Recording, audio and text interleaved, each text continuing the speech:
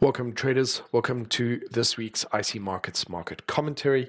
My name is Adam from Trade with Precision. So first of all, let's have a look at the euro against the US dollar on the daily. So first of all, you can see we've had a very, very long extended, in fact, I would say solidly overextended run to the downside. We can see a few more green candles starting to come in here. We've had price pull back to the 10-period moving average. We've got the 50, 20 and 10-period moving averages in a bearish formation, and this is obviously quite a lot of selling pressure. And of course, we're just a little bit over 10 days away from the US elections. So we could be seeing a move here for the US dollar. One of the things I just want to highlight on the lower time frame, we can see here that there is without a doubt, we've got some bullish divergence starting to creep in here. So it does appear as though the price is starting to at least slow down. And therefore, there is a possibility that we could see this is actually something I looked at last week. We had price sort of consolidate a bit, but now it does appear to be slowing down. So what I'm going to be looking for in the coming days is going to be a double bottom or some kind of a reversal pattern. And the key part will have to be a break above these highs here for that to now constitute a deeper retracement.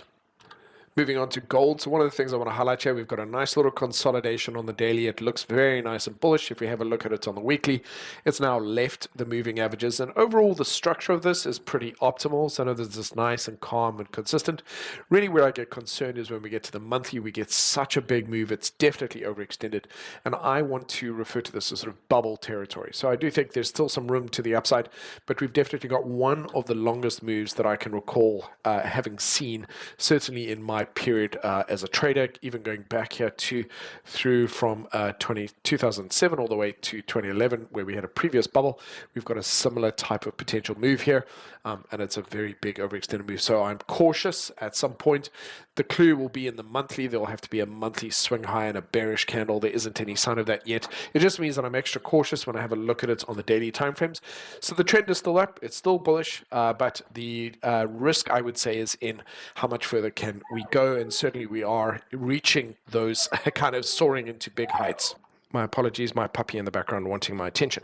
Let's have a look here at crude oil. So crude oil is generally producing a series of lower highs, and this is something that's taking place even on the weekly time frame. There's a lot of pressure here, so I'm looking for a break below the $65 range, and unless, of course, we do happen to break above these previous highs, but we can see so far this bearish breakout pattern is still building up, and the likelihood of the move down once it does break out is very likely that it's going to be quite a big one down towards sort of $50. But this could still take a couple of months to unfold. But right now, it is showing very, very short-term moves, no real long-term sustained trend, just that bearish pressure building up. Then having a look at the S&P. So one of the things I want to mention here on the S&P, this is looking at it on a daily, definitely encountering some strong resistance at these highs near that 5870 mark.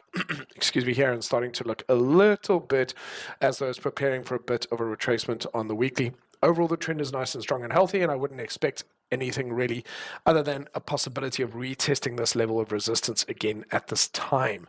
Having a look at the FTSE to compare it, the FTSE is still ranging. It has been doing this. This is a weekly chart, so you can see that it has actually been doing this going all the way back to May, 26th of May. So that's actually quite a long time for it to just be ping-ponging around.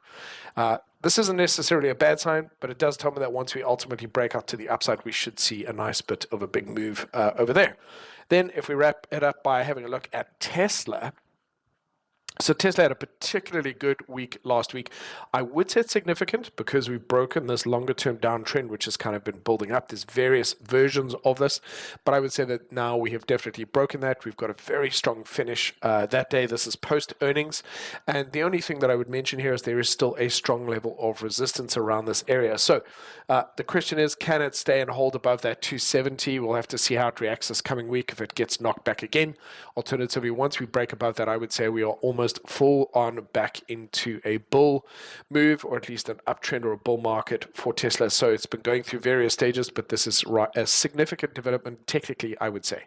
Having a look at NVIDIA to just compare this, you can see NVIDIA broke out of this triangular consolidation to the upside. Still looks relatively good, nice and peaceful, continues to tick up there. The momentum is still nice and bullish. We get higher highs on the MACD. The RSI is trending high. So all of this saying that this trend is nice and healthy. And you can see it's had some really nice consolidations here. So very much not the same as gold. This has had a lot more consolidations ahead of its trend, and therefore looks as though it's pretty much set to continue. And then let's just wrap this up with Bitcoin. One of the things I wanted to mention here is if we look at it from a monthly perspective, it's very simply pulled back into the moving averages, produced some nice bullish candles here, and started to produce that swing low. So in isolation, this is a nice early bull move for another leg up. If we have a look at it from a weekly perspective, and we just sort of mark out this bull flag, we've actually here started to breach this the upper channel and started to break out from that. So basically signs here pointing to Bitcoin breaking higher and starting to move higher. So that is it for me. There's some really good opportunities across the different asset classes. They look good. Let's just see what happens this week with that US dollar, with the euro, and with regards to gold, I'm just exercising some caution. And that is it from me. I wish you a fantastic week, and I will see you in the next episode.